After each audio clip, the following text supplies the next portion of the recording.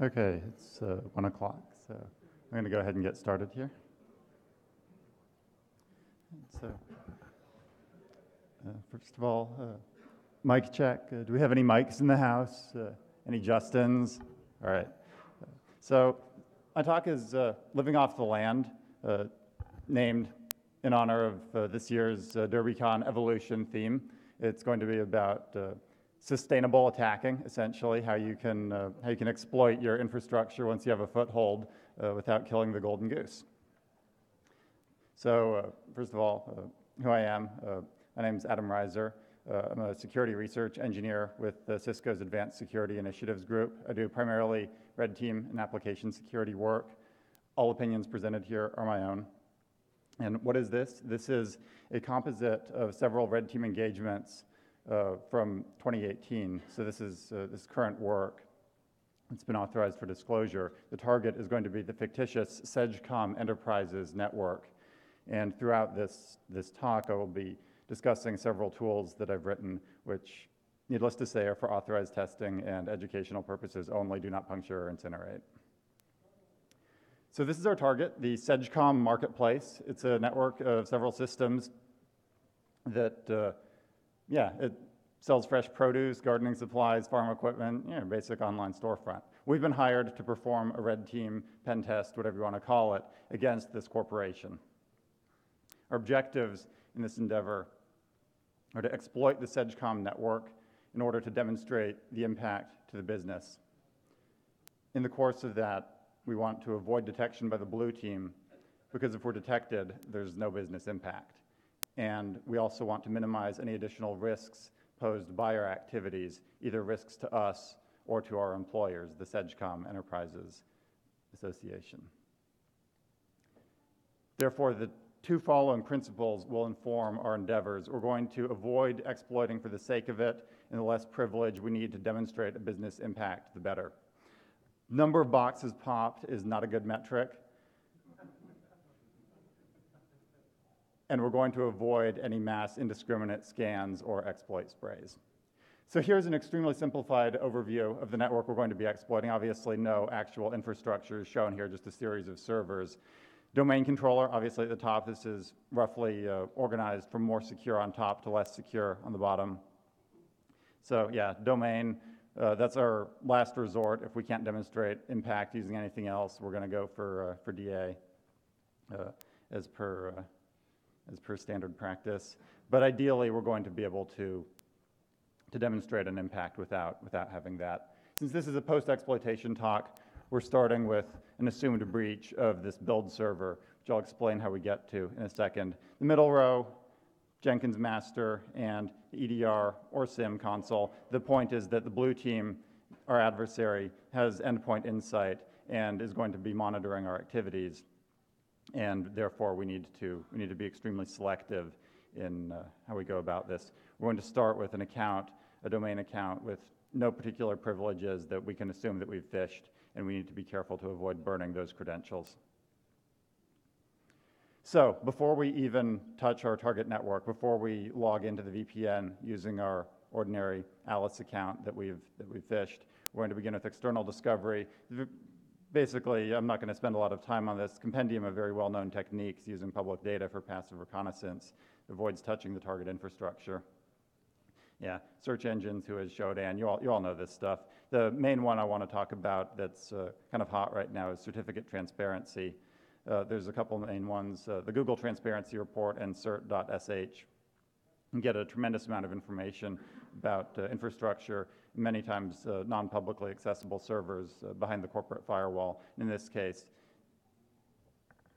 these are the SEDGCOM servers that we're going to be exploring. These are all, only one of them has publicly accessible services. This is an actual network that's up, and yeah, if you want to try to knock it down, feel free.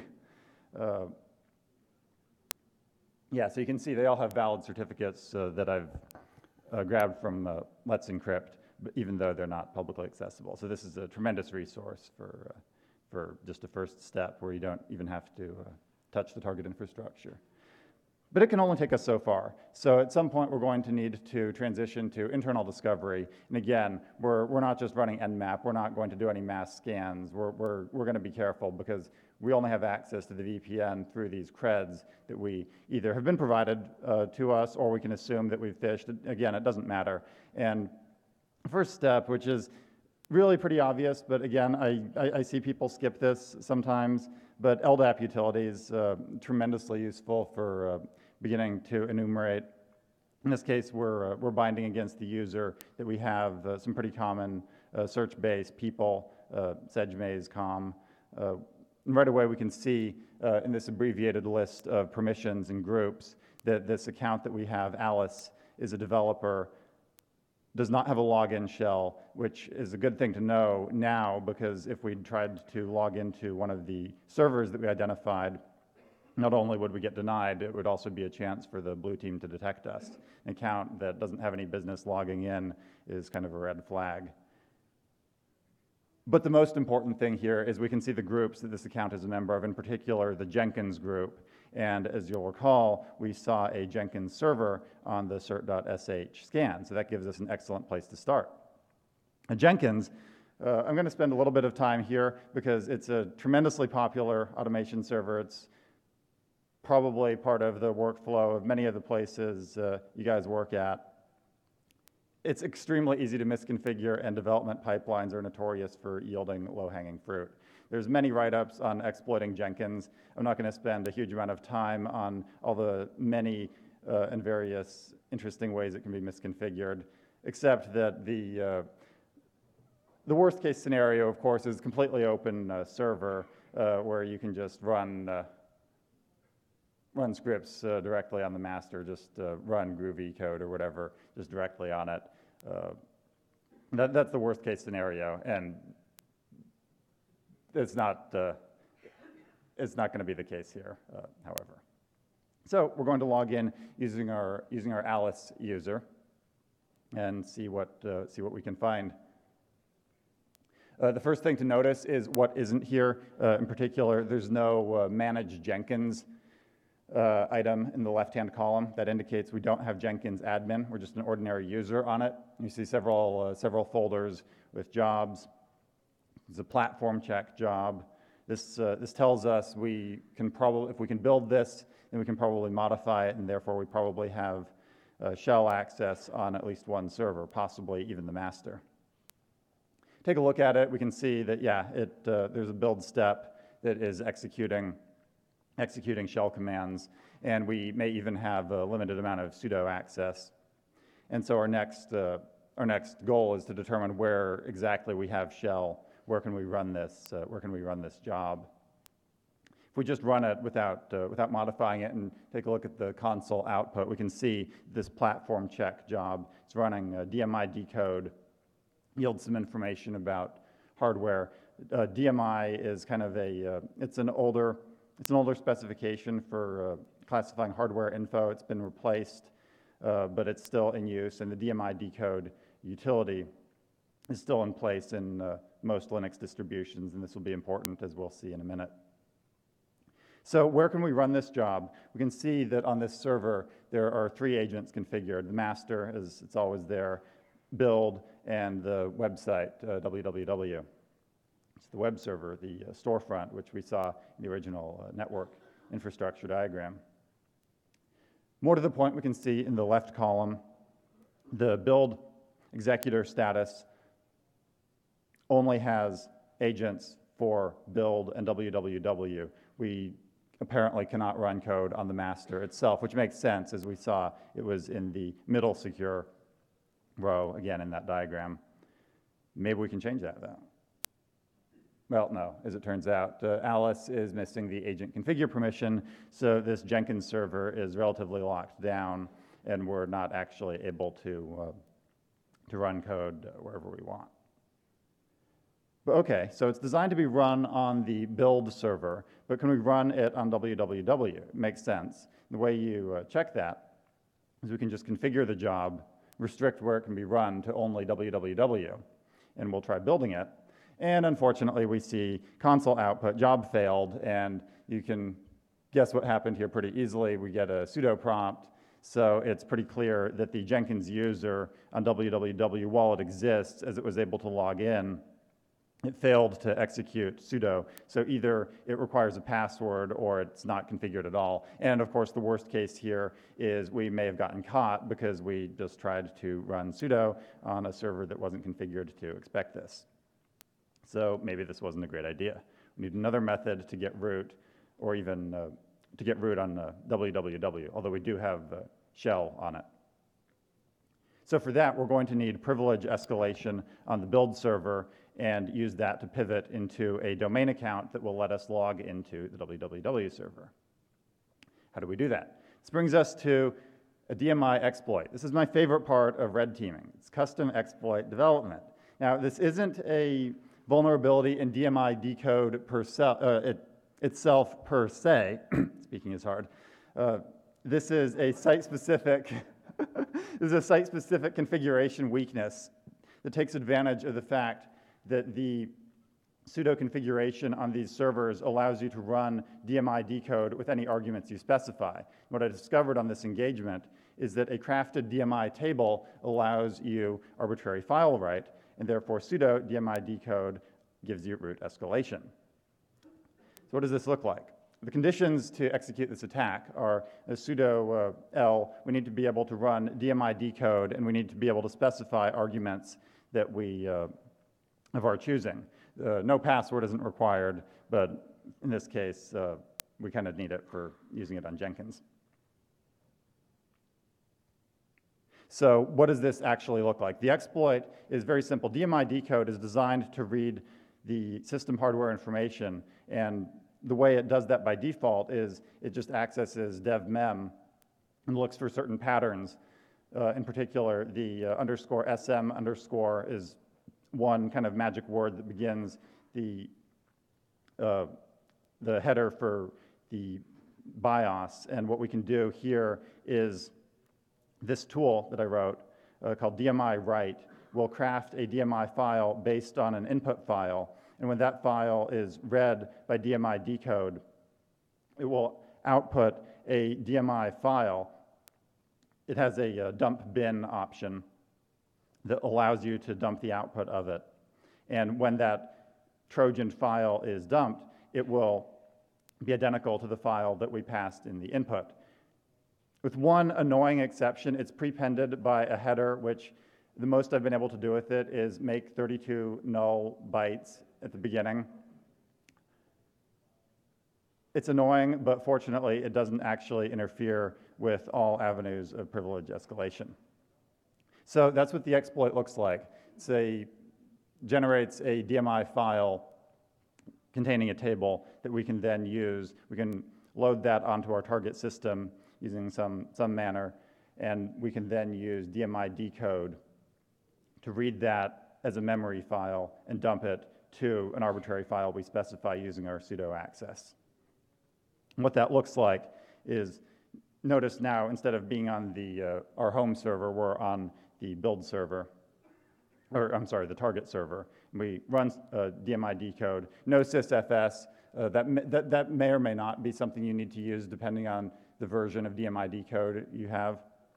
It just tells us we want to use the -d temp crafted.dmi as our memory device rather than reading from dev mem or from sysfs. And our dump bin is etc passwd. And of course, what we've done in our Trojan version of that we've created, what is in crafted.dmi, is we've set the Jenkins user to UID 0, so it's root equivalent. Now, of course, there's many ways to leverage a arbitrary file write into root access, and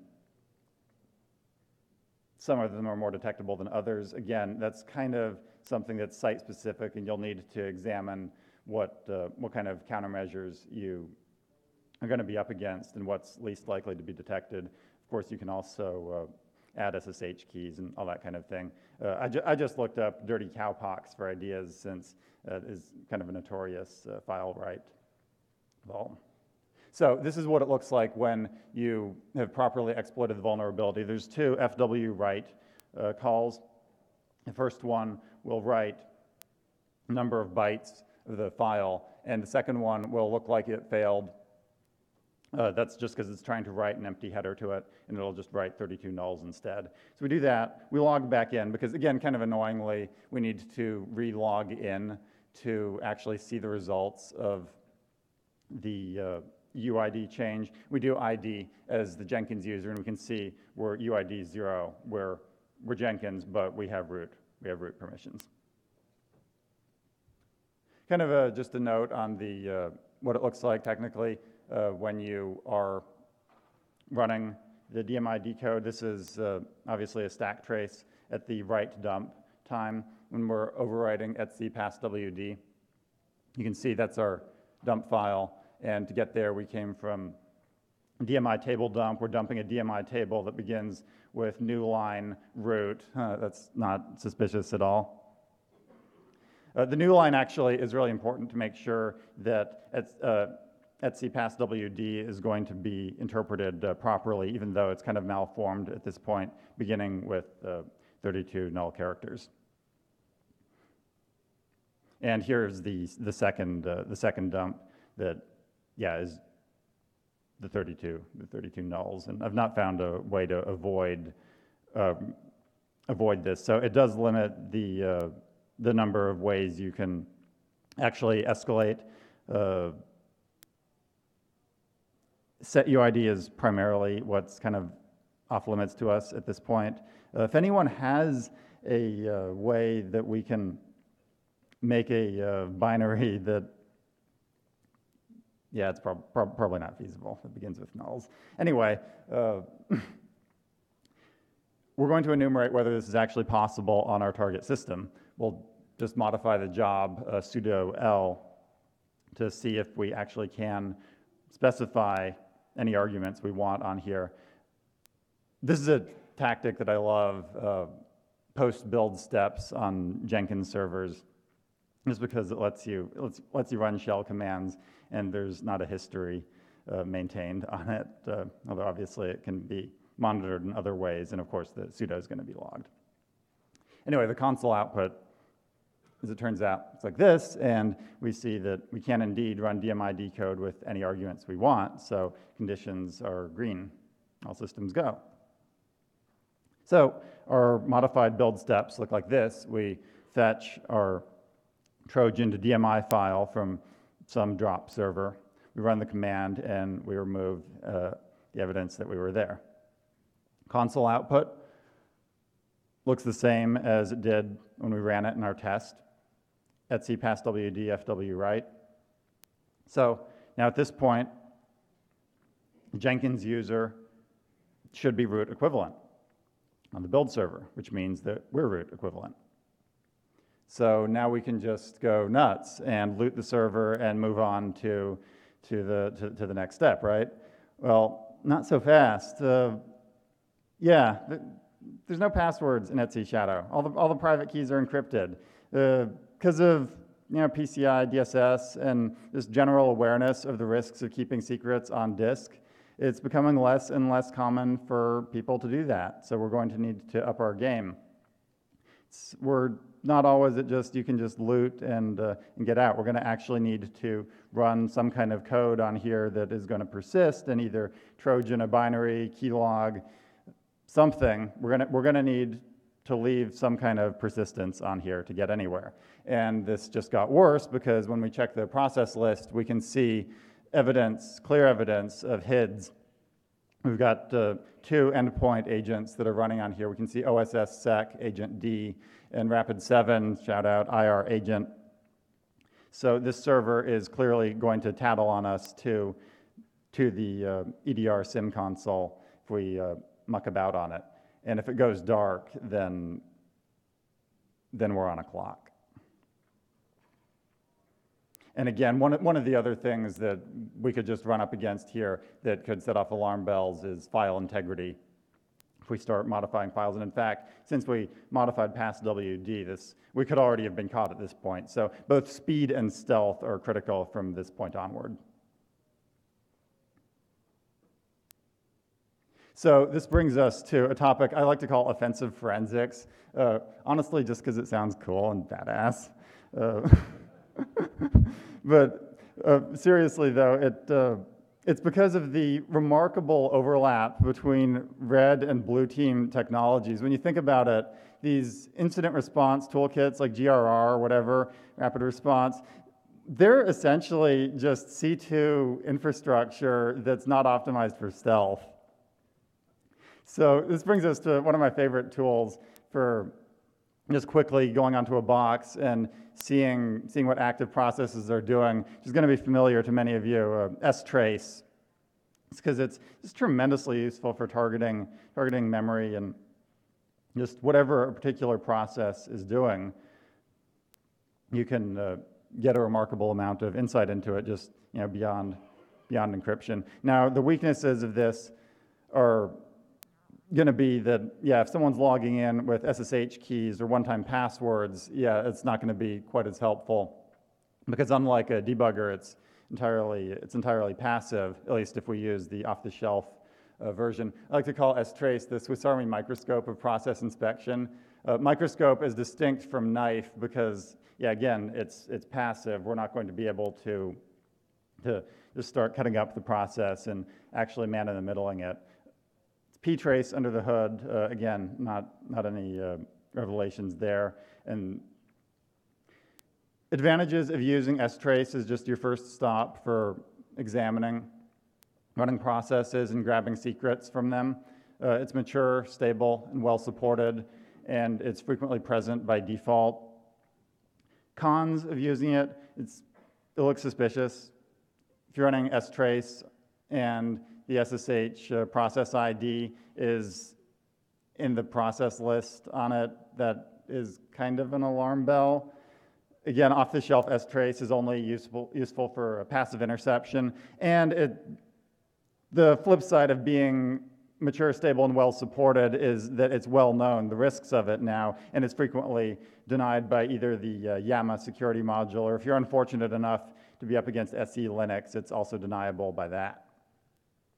Let's take a look at just a basic use case of strace for reading SSH passwords. Again, the context for this is we're trying to pivot from the build server that we have root on. We're trying to gain a domain account that is logging into here, that's also logging into another server so that we can actually get off this box and do something useful that's going to demonstrate business impact. So we run strace against the SSH process, the PID that specifies there. We want to trace all read syscalls, and we want to follow the child processes that the SSH daemon spawns. This is very important because many processes aren't going to just handle everything on their own. When we do this, we need to be prepared for an avalanche of output. We're going to see many, many lines of useless garbage and generate a fair amount of network traffic in the process, so be on guard against that as well. Eventually we come across a username here, the Osiris account, which will turn out to be a service account that we actually want. And if we look at the second line here, we can see that we've actually grabbed the password for it. It's a success. Let's go back to LDAP, and we're going to use this account that we've just got with the creative password of Hunter2 to enumerate the permissions for this account, and we can see that its description is storefront updater service account. So we can probably log into the storefront server, and we can also see that we have login shell bin bash, so we should finally have shell access. I'm going to take a step back here before we do that and talk about PS evasion, because what actually happened when we did this is the endpoint insight tools that we saw were running, they noticed a unique process, and not only that, a suspicious process, strace, and we got caught. So before we even tried to use this, Blue Team was on to us, they cut off our access, and we got booted off. So I'm going to talk about a kind of elementary PS evasion technique that I've employed successfully on red teams. It's not anything new or revolutionary, but it's really kind of a good thing to have in your tool bag, and I'm going to talk about how it can be applied to strace in particular. It's hard coding arguments into binaries. Again, it's not anything revolutionary, but it's remarkably easy to do, and it can go a surprisingly long way. Of course, you will still get caught by SE Linux or Yum or anything that's actually looking at what's going on under the hood. This is a tool that I wrote called Stealth Trace, and it's based on, this is just the strace.c. The remarkable thing about strace, and this is, again, just straight off the strace GitHub, is it almost seems built for this kind of tool, because right inside the main function, there's just a nested init function using just argc, argv. So it's remarkably easy to just allocate our own memory, make fake arguments, and just run init. Just make a statically compiled strace with hard-coded arguments for the site that you're targeting, the server that you're running this on, with the PID built right into the code. And it's remarkably stable. Been able to compile it on Ubuntu and have it run on Red Hat. It's been stable, statically compiled. strace is very nice, mature software. And just the before and after of what it looks like. Without modified, you've got the specified option for the process, and you're looking at read calls. Afterwards, we've also renamed it to something a little more innocent looking, and that's what the PS output looks like. Yeah, we're just running top. All quiet here. But yeah, you are still going to get, you're still going to get busted by any real detection capabilities. And again, the worst case is SE Linux. In this case, I've got a demo of what happens when SE Linux deny ptrace has been configured, and we're gathering those logs centrally, the audit log. And what happens when you actually try to run this, even as root, you get strace, attach, ptrace attach, that's the SSH process ID, permission denied. Okay, so it failed, but no big deal, right? Except here's what's happening on the blue team admins. Oh shit. Blue team wins. Okay, so that wasn't a great idea. And yeah, what they were doing basically is they had OS query and all that. So head-on attack, we got caught. The point I want to emphasize here is that blue team is always going to win if they know what they're doing and they're as good as you because they were here first.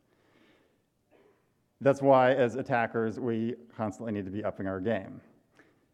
I like to think of it as 3 levels of evasion. Head-on attack with no evasion, you're going to get caught. Use an appropriate level of evasion based on your reconnaissance of the target site. That's a success. If you use too much evasion, you get caught in your own web of deception, and that doesn't work out so well either. So again, it's about being site-specific and appropriate for the target environment. So what's our end game here?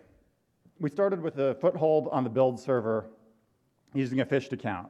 We escalated to root, and then we captured a domain account that allowed us to log into the storefront.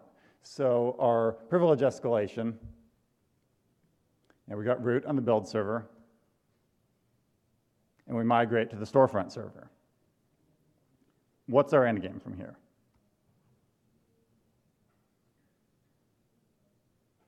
As you may have guessed, based on storefront, one of the highest impact, lowest risk ways to exploit access of this kind is client-side skimming.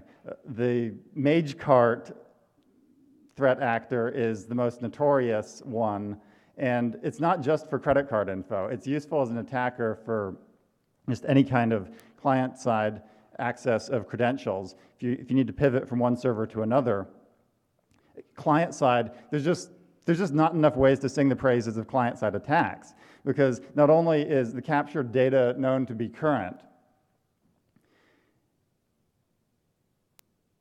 it's exfiltrated from outside the corporate network, unless they're using a full tunnel VPN, but who does that? As 3 notable companies have discovered lately, client-side JavaScript exfiltration is incredibly dangerous, hard to detect, and just nasty. It's almost unfair. So our object lessons for this: don't exploit for the sake of exploiting. That's a good way to get caught, and if you get caught, there goes your business impact. CEO's laptop trumps domain admin every single time. Use an appropriate level of evasion for your target site, your target system. It's going to be based on heuristics like how mature you think the target is. Do they actually have a real EDR? Are they still stuck on SIM? Are they just ad hocing everything? Again, there's no business impact if you get caught. And if you must take trophies, make them POCs, not boxes. Cool hacks are better than number of boxes every single time. And that's pretty much it. Because you folks are so shy and retiring, I suggest any questions that you're afraid to ask here. Direct them to either my email or my Twitter account. Not that I ever actually tweet, but I could in theory. I have one.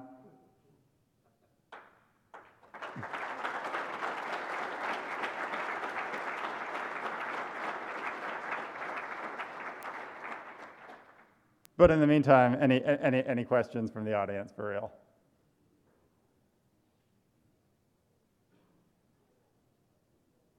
All right, thank you very much.